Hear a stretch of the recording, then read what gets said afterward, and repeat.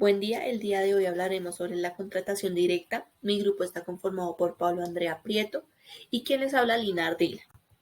La contratación directa es una modalidad de selección que tiene la contratación estatal en Colombia, donde las entidades compradoras del Estado pueden celebrar contratos con los particulares, ya sean personas naturales o jurídicas, o con el mismo Estado.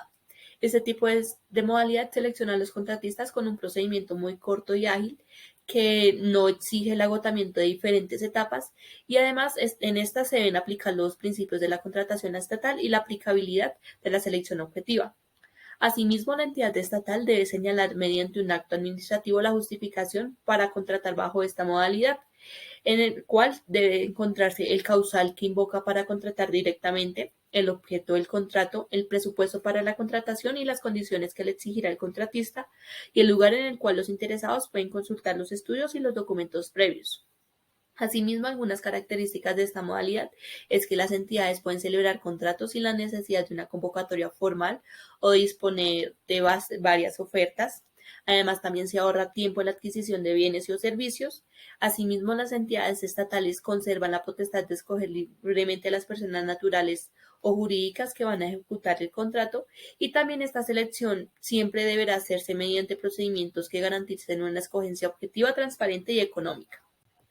Los causales de contratación directa son 11. Estos son la urgencia manifiesta, la contratación de empréstitos, los contratos interadministrativos, la contratación de bienes y servicios en el sector defensa y en el Departamento Administrativo de Seguridad, los contratos para el desarrollo de actividades científicas y tecnológicas, los contratos de encargo fiduciario que se celebren en las entidades territoriales cuando inician el acuerdo de reestructuración de pasivos, cuando no existe una pluralidad de oferentes en el mercado, para la prestación de servicios profesionales y de apoyo a la gestión o para la ejecución de trabajos artísticos que solo pueden encomendarse a determinadas personas naturales, para el arrendamiento o adquisición de inmuebles, para la contratación de bienes y servicios de la Dirección Nacional de Inteligencia y para la selección de peritos, expertos o asesores técnicos para presentar o contradecir el dictamen pericial en los procesos judiciales.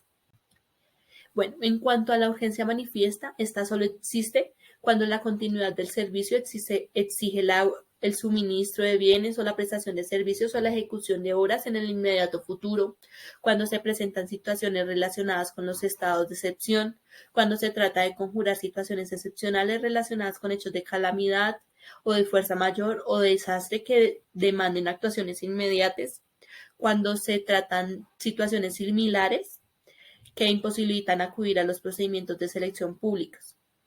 En cuanto a algunas características esenciales de es que se podrán hacer traslados presupuestales internos que se requieran dentro del presupuesto del organismo o la entidad estatal correspondiente con el fin de atender las necesidades y los gastos propios de la urgencia manifiesta. Asimismo, la urgencia manifiesta es una situación que puede decretar cualquier autoridad administrativa sin que medie autorización previa a un acto motivado. Y pues para declarar la urgencia manifiesta se puede decretar mediante un acto administrativo motivado que hará las veces de acto administrativo justificado, el cual deberá ser enviado a la Contraloría como órgano de control fiscal sin que se requieran los estudios previos. La contratación de empréstitos, esta constituye operaciones de crédito público y son celebrados para dotar a las entidades estatales de recursos económicos para el desarrollo y ejecución de actividades a su cargo, por lo cual tienen por objeto proveer a la entidad estatal contratarte de recursos ya sea en moneda nacional o extranjera con un plazo para su pago. Algunas principales obligaciones que tiene esta contratación es que se deben utilizar los recursos recibidos para los fines pactados para el contrato, se debe pagar el monto total del crédito junto con los intereses que hayan sido pactados dentro del plazo establecido, y también se debe otorgar las garantías suficientes para el cumplimiento total de la obligación a su cargo. Algunas características de esta causal es que no se requiere del acto administrativo de justificación ni los estudios previos son públicos. Asimismo, las entidades financieras mantienen el privilegio de no tener que competir por las mejores tasas de interés o las demás condiciones financieras, y también pueden ser manejados con un único desembolso o con múltiples desembolsos a solicitud de la entidad estatal contratante.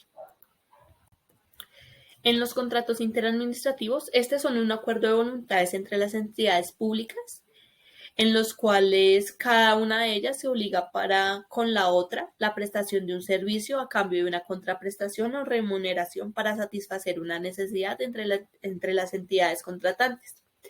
Estos contratos no se pueden celebrar de forma directa con las instituciones públicas de educación superior, con sociedades de economía mixta con participación mayoritaria del Estado, con personas jurídicas sin ánimo de lucro conformadas por la Asociación de Entidades Públicas y confederaciones de las entidades territoriales. Asimismo, algunas características esenciales de este causal es que pues la ejecución de estos contratos estará sometida al Estatuto General de la Contratación Pública. Así, la entidad contratista tendrá régimen de contratación especial. También los intereses de cada una de las partes son independientes, lo cual para una parte será que le presten el servicio y para la otra el pago que obtendrá por el servicio prestado. También deben tener relación directa con el objeto de la entidad ejecutora señalada en la ley o en sus reglamentos, y es necesario contar con el estudio previo y con el acto administrativo que lo justifique. Asimismo, también se debe tener en cuenta que pues un contrato administrativo solo se celebra entre entidades públicas, se celebra directamente, se prohíbe pactar y hacer efectivas las cláusulas exorbitantes y las garantías son facultativas. En cuanto a los contratos para el desarrollo de actividades científicas y tecnológicas, tienen por objeto la investigación científica y tecnológica con el fin de producir conocimientos, por lo cual el causal de contratación directa solo se aplica cuando el objeto del contrato sea la transferencia o uso de productos de la ciencia y la tecnología. Asimismo, la nación y sus entidades descentralizadas podrán celebrar con personas públicas o privadas, naturales o jurídicas, contratos de administración de proyectos. Estos contratos solo se podrán celebrar cuando las actividades de ciencia, tecnología e innovación sean algunas de las siguientes, sean como la de formar y capacitar el recurso humano para el avance y la gestión de la ciencia, tecnología e investigación, crear fondos de desarrollo científico, tecnológico y de innovación a nivel nacional y regional, asimismo fondos especiales de garantías y fondos para la renovación y el mantenimiento de equipos científicos. También para realizar seminarios, cursos, congresos, talleres, eventos nacionales o internacionales de ciencia, tecnología e innovación. También para financiar publicaciones, otorgar premios y distinciones a investigadores o a grupos de investigación. También para adelantar proyectos de investigación científica, desarrollo tecnológico e innovación, asimismo para el desarrollo de nuevos productos y procesos. Y para difundir información científica, tecnológica y de innovación, para divulgarla o asesoría en cuanto a la ciencia, tecnología e innovación. En cuanto a los contratos de encargo fiduciario que celebren las entidades territoriales cuando inician el acuerdo de reestructuración de pasivos, estos contratos son unos en los cuales un fideicomitente o encargante entrega sin transferir un dominio o más bien específicos a otra persona llamado fiduciario, con el fin de que el fiduciario cumpla las instrucciones y la finalidad impartida por el fideicomitente. Esto con el fin de hacer la reestructuración de pasivos, lo cual es una estrategia que consiste en la modificación de las condiciones financieras de la deuda existente con el fin de evitar un episodio de impago, o sea, un default, y para mejorar el perfil de la deuda del cliente aprovechando las condiciones más favorables del mercado. Por lo cual, este tiene características principales. La primera es que la autorización se encuentra limitada, la autorización del contrato, ya sea por la naturaleza de la operación o por la naturaleza jurídica del contratista. Y también en estos contratos se requiere el estudio previo y la elaboración del acto administrativo que justifique el fin de la contratación. En este ítem de cuando no existe pluralidad de oferentes en el mercado, hablamos mucho sobre el decreto 1082 de 2015, que este establece que la entidad contratante en el estudio previo debe hacer constar la existencia de solo una persona que éste pueda proveer el bien o el servicio. También tenemos en cuenta tres características muy esenciales. Una de ellas es por ser titular de los derechos de propiedad industrial, por ser titular de los derechos de autor y por ser proveedor exclusivo en el territorio nacional.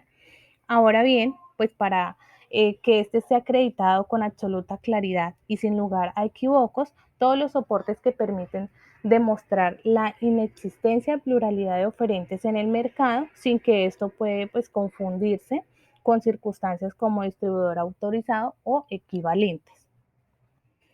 Ahora, en este ítem que es de contratos para la prestación de servicios profesionales y de apoyo a la gestión o para la ejecución de trabajos artísticos que solo pueden encomendarse a determinadas personas naturales. Acá en este ítem encontramos tres características esenciales. En primera instancia, encontramos que estos contratos solo podrán celebrarse con personas naturales cuando dichas actividades traten de fines específicos o no puedan realizarse con personas de planta o requieran conocimientos especializados para prestar el servicio a contratar. Segundo, que en ningún caso estos contratos generen relación laboral ni prestaciones sociales y pues se celebren por el término estrictamente indispensable. Teniendo en cuenta esto, el procedimiento previsto para la licitación pública, la selección abreviada, que en esta selección abreviada mencionamos lo que es la contratación de menor cuantía o por la adquisición de bienes y servicios de características técnicas uniformes y de común utilización. Y por último, pues lo que es la contratación directa. Tercero y último, encontramos que la persona natural o jurídica pues debe estar en la capacidad de ejecutar el objeto del contrato, pues siempre y cuando la entidad estatal verifique la idoneidad o experiencia requerida o relacionada con el área de que se trate. Ahora, sus elementos adicionales, encontramos cuatro. El primero es que la ejecución de labores debido a la experiencia, ¿sí? Se debe realizar también una capacitación y formación profesional de una persona en determinada materia con la cual se acuerdan pues las respectivas labores profesionales. Segundo, encontramos una autonomía e independencia del contratista, pues desde el punto de vista técnico y científico constituye el elemento esencial de este contrato. Tercero, encontramos la vigilancia del contrato, que este es temporal y por lo tanto, pues su duración debe tener pues un tiempo limitado, indispensable para ejecutar el objeto contractual convenido. Ahora, por último, encontramos que este no admite confusión alguna con otras formas contractuales y mucho menos pues con los elementos configurativos de las relaciones laborales. Razón por la cual pues no se procede en aquellos eventos y el reconocimiento de los derechos derivados de subordinación y del contrato de trabajo general. Ahora bien, con el siguiente ítem hablamos sobre el arrendamiento o adquisiciones de inmuebles. Esto quiere decir que es el contrato de arrendamiento donde se hace pues por parte de una entidad pública que se debe hacer por escrito, lo que convierte pues en un acto solemne, ¿sí? Pero que no debe confundirse con la necesidad de registrar en un instrumento público, sea cual fuere pues su naturaleza de la cosa arrendada. En este caso encontramos en caso de que sea su bilateralidad, encontramos que se debe tener en cuenta lo que es que si el arrendador me lo da a mí en un buen estado, yo tengo que devolverlo en las mismas condiciones en las que me las dieron. En caso tal, si hay algún perjuicio o daño, tengo que hacer el pago pues del precio del inmueble al cual fue afectado. Ahora, si en caso de que sea su honorosidad, ¿sí? Este quiere tratar de que toda vez su precio del elemento pueda estar ausente, el contrato se tornaría acomodato en cuanto a reportar pues la utilidad, el beneficio de ambas partes, grabándose uno a favor del otro.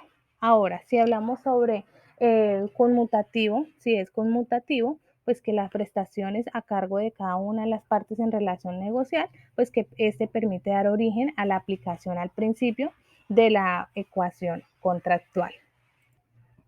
Ahora, cuando hablamos de la ejecución instantánea o sucesiva, pues los estatales pertenecen a ambas categorías, ¿sí? Pero entonces debe tenerse en cuenta que estos son susceptibles de cumplirse en un instante, entonces los cuales se prolongan en un tiempo determinado. Ahora, los elementos adicionales que encontramos en cuanto a este ítem es que para la formación del contrato es precisamente el bien sobre la que se transfiere el uso y el goce pues, otra parte. También esto pues hay que hacerlo como con precisión sobre sus requisitos. Uno de ellos es que el bien sea corporal o incorporal, excluyendo pues las consumibles por cuanto se oponen pues a la naturaleza del contrato. También encontramos los beneficios logísticos y técnicos que ofrece pues la implementación de dicha modalidad, también la cláusula de permanencia de este contrato y también encontramos la idoneidad del contratista pues para el cumplimiento cabal del objeto contractual. También debemos mencionar el canon de arrendamiento y la forma de pago de este, la especificación de condiciones adicionales y establecer la duración del contrato. Y por último, pues con el bien exista al momento del contrato o se espere que exista. Ahora, con el siguiente ítem que hablamos sobre la contratación de bienes y servicios en el sector defensa de la Dirección Nacional de Inteligencia y el Departamento Administrativo de Seguridad, acá encontramos tres características esenciales. Una de ellas es que puede acudir al procedimiento de contratación directa y pues de esta manera sea reservada. Cuando se trate de compras públicas cuyo objeto deba pues tener carácter confidencial. Segundo, se puede contratar bajo esta modalidad cuando ello sea necesario que garantice una reserva de la identidad de sus funciones, de la información, de los documentos, elementos técnicos, funciones, medios y demás que éste debe cumplir pues con las referidas funciones. Y por último, encontramos sobre las competencias para contratar de forma directa y reservar pues los bienes y servicios que requieran para el cumplimiento de sus funciones y ejecución de operaciones de inteligencia y contrainteligencia. Ahora, teniendo en cuenta esto, los elementos adicionales es que tenemos que tener calidad, la identidad y ejecución, las fuentes, medios o métodos de utilización, también las compras públicas cuyo objeto debe tener carácter confidencial, como lo mencionamos anteriormente, y de esta manera, sin la existencia pues, de dicha reserva, la entidad se verá obligada a contratar públicamente. Ahora, ¿por qué mencionamos el decreto 02 092 de 2017? Entonces, en base a esto, en base a la constitución política, esta lo que hizo fue erradicar la posibilidad de decretar pues como auxilios o donaciones en favor a las personas naturales o jurídicas de derechos privados. Entonces, de acuerdo al inciso segundo del artículo 355 de la Constitución Política, el gobierno en los niveles nacionales, departamentales, distritales, municipales, estos podrán con recursos de los respectivos presupuestos, celebrar los contratos con entidades privadas sin ánimos de lucro y de reconocida idoneidad con el fin de impulsar programas y actividades de interés público acorde con el Plan Nacional y los planes seccionales de derecho. Entonces, la Corte Constitucional y la jurisprudencia reiterada, ellos afirmada que el inciso segundo de este artículo,